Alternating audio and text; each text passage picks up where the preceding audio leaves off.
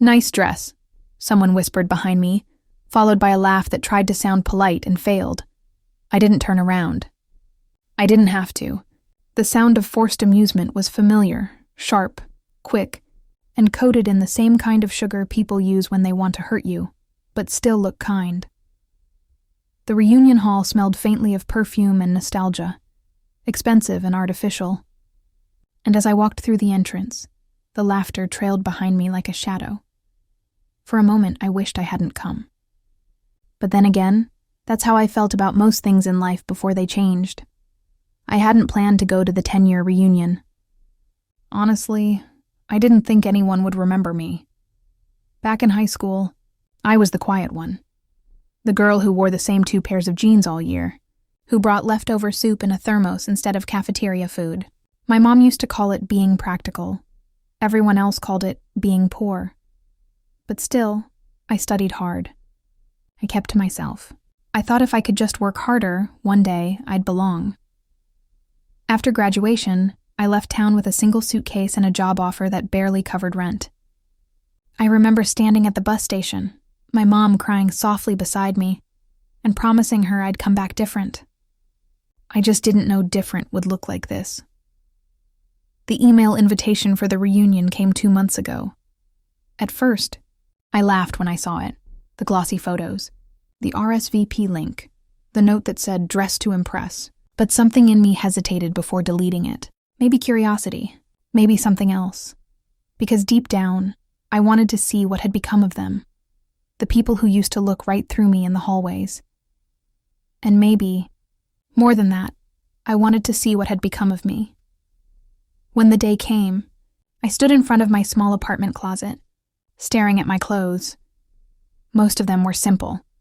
Blouses, jeans, a few office dresses from when I still worked a regular job. I could have bought something new. God knows I could afford to now, but that felt dishonest. So, I chose the dress that made me feel most like myself, a soft navy one from a thrift store in the corner of my street. $10, cotton worn just enough to be comfortable. When I put it on, I smiled at my reflection, not because I looked impressive, but because I looked like the woman who built herself quietly, brick by brick. I pinned my hair up, slipped on the shoes I'd had for 3 years, and whispered to my reflection, "Let's go remind them that peace doesn't need sequins." The reunion was held at the Riverside Hotel, the same place our prom had been. Back then, I couldn't afford a ticket. Now, I walked through the same glass doors with my head high. The lobby glittered with chandeliers, laughter, and people pretending their lives had gone exactly as planned. I smiled politely, found my name tag, and pinned it to my chest. Claire H., it read, just like it used to. As I stepped into the ballroom, conversations paused for half a second, that instinctive scan people do when someone unfamiliar walks in. Then, whispers started. "She still looks the same. Didn't she used to borrow lunch money? Oh my God, that dress. It was subtle, but loud enough to feel like static in my ears. I made my way to the drink table, poured myself water, and let my fingers steady around the glass. Across the room, I spotted familiar faces. Tanya, the one who used to host birthday parties no one could top. Still glowing, still magnetic. Evan, my old lab partner, who once apologized for laughing when I tripped on the stairs. Still soft-eyed but distant, and then there was Marcus, the golden boy. Football captain, prom king, my secret crush for most of junior year. He didn't recognize me. Or maybe he did, and it just didn't matter. Someone tapped my shoulder lightly. "Claire?" a woman said, tilting her head. "Wow, I almost didn't recognize you." I smiled. "It's been a while, yeah." She looked me up and down, quick, assessing. "So what are you doing these days?" I opened my mouth, but she kept going. "You always were the smart one. Probably doing something practical, right? Teaching, maybe?" Her voice was kind enough, but the tone underneath said she already had an answer she preferred. I just nodded. "Something like that." She smiled, the kind of smile that meant good for you, but really meant that's all, and drifted away. For the next hour, I drifted too. Small talk, stale jokes, 2 bright smiles. It was strange, being surrounded by people who once defined my world and realizing they no longer had power here. Still, a part of me felt that old ache, that instinct to shrink, to prove myself. Because even after all the years, some wounds remember the way home. Around 9, they started the slideshow, photos of us as teenagers, braces, acne, awkward poses. The crowd laughed and groaned, reminiscing loudly. When my photo appeared, me in my worn-out uniform, clutching my second-hand backpack, someone near the front snorted. "She hasn't changed much," they whispered. Not quietly enough. I felt the words land somewhere between my chest and throat. Not painful exactly, just familiar. But this time, instead of folding inward, I exhaled. Because they didn't know. They didn't know about the nights I slept in my office trying to keep my first business alive, or the mornings I walked 5 miles to save bus fare. They didn't know about the years of rejection letters, the failed prototypes, the tears over invoices I couldn't pay. And they definitely didn't know that. The same thrift dress woman now owned one of the companies that had designed half the tech they were probably using tonight. By the time the lights came back on, I was standing near the exit, ready to leave quietly. But then my phone buzzed. A text from Daniel. "I'm outside. Should I come in?" I hesitated for a second, then typed back, "Sure, why not?" When I slipped my phone into my purse and turned around, a few classmates were watching me again, curious, whispering. One of them, Tanya, smirked. "Heading home already?" she asked, her tone syrupy. "It's early, Claire. Stay. You might miss the successful people speech." I smiled faintly. "I think I'll be okay." She laughed, a little too loudly, and turned to her group. She was always so modest, someone joked. Guess some things never change. That's when I heard the sound. Tires against gravel, doors opening outside. A low murmur rippled through the entrance. Through the glass, I saw it. A sleek black limousine pulling up under the hotel lights. For a moment, I thought it was someone else's ride. Maybe Marcus's. He always loved grand entrances. Then the driver stepped out, tall, composed, wearing the company badge over his suit. He looked around, then walked directly inside, scanning the crowd until his eyes found mine. "Ma'am," he said, loud enough for the people nearby to hear. "Your documents for the investor meeting tomorrow. You left them in the car." The room went still. Tanya blinked, confused. "Wait, ma'am." He handed me a leather folder, embossed with the name of my company. The same one I'd built from a kitchen table late at night when no one believed I could. "Thank you," I said softly, taking it from him.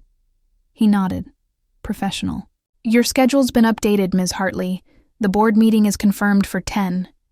I caught the flicker of realization in their eyes, the whispers pausing, the laughter dissolving into silence. And in that stillness, I felt something inside me settle. Not triumph, not pride, just peace. Because for the first time, I wasn't proving anything. I was simply being. I smiled gently and said, "Please wait outside, Daniel. I'll be there in a minute." He nodded and left, calm, steady, like always. Around me, the noise slowly returned, hesitant. Someone cleared their throat. Tanya's smile looked brittle now. "So, you're doing okay then?" she asked quietly.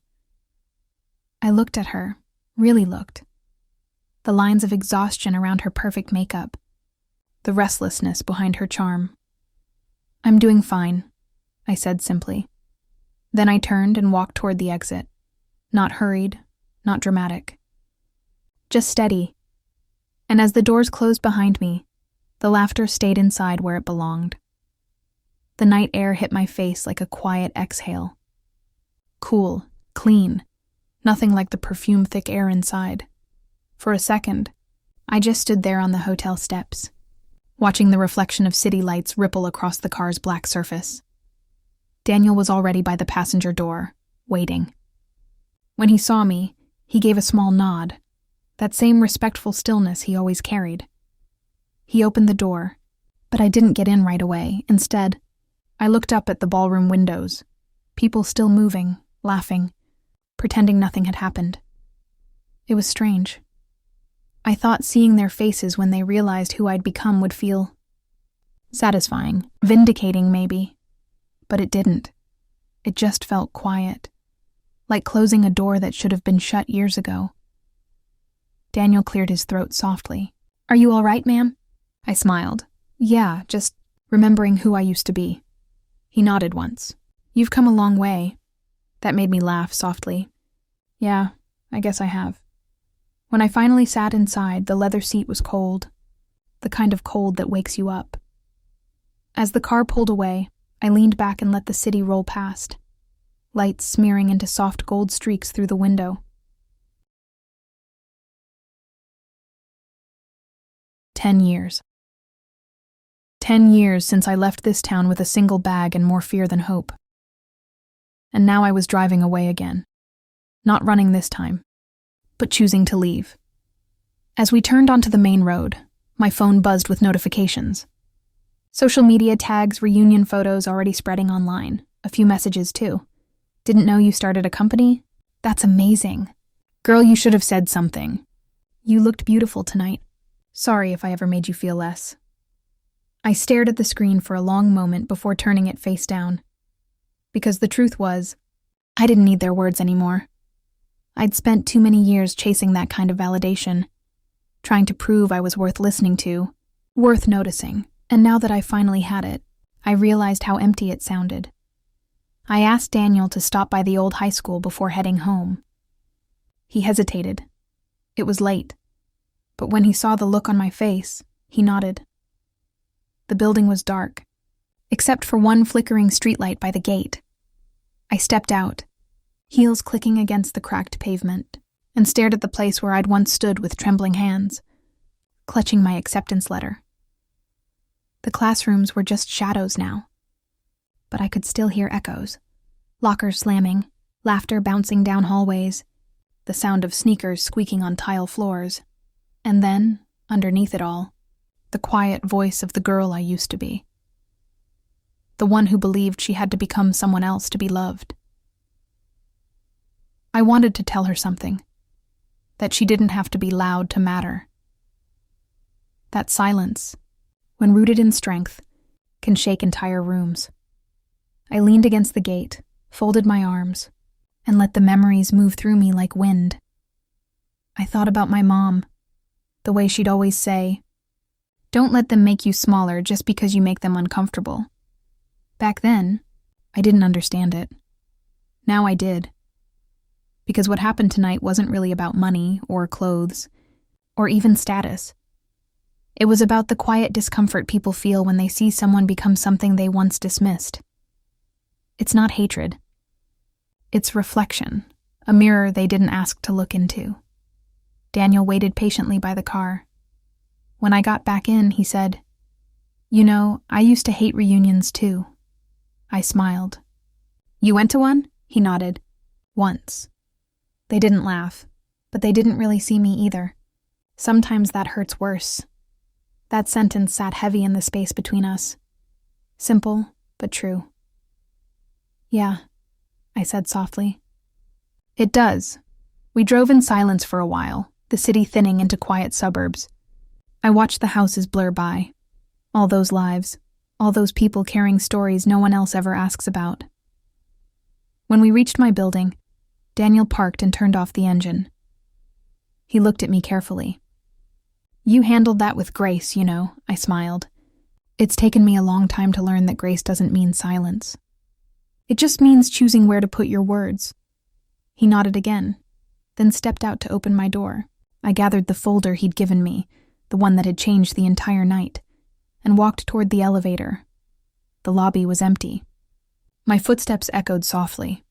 Inside my apartment, the air smelled faintly of lavender and paper. Home. I slipped off my shoes, unpinned my hair, and stood by the window overlooking the city.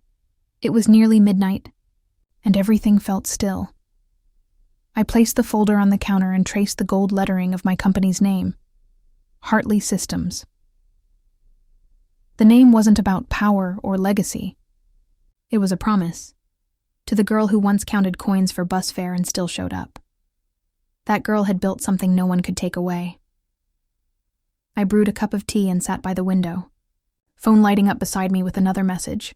From Evan, my old lab partner. Hey Claire, saw you tonight. I'm really proud of you. You were always going to make it.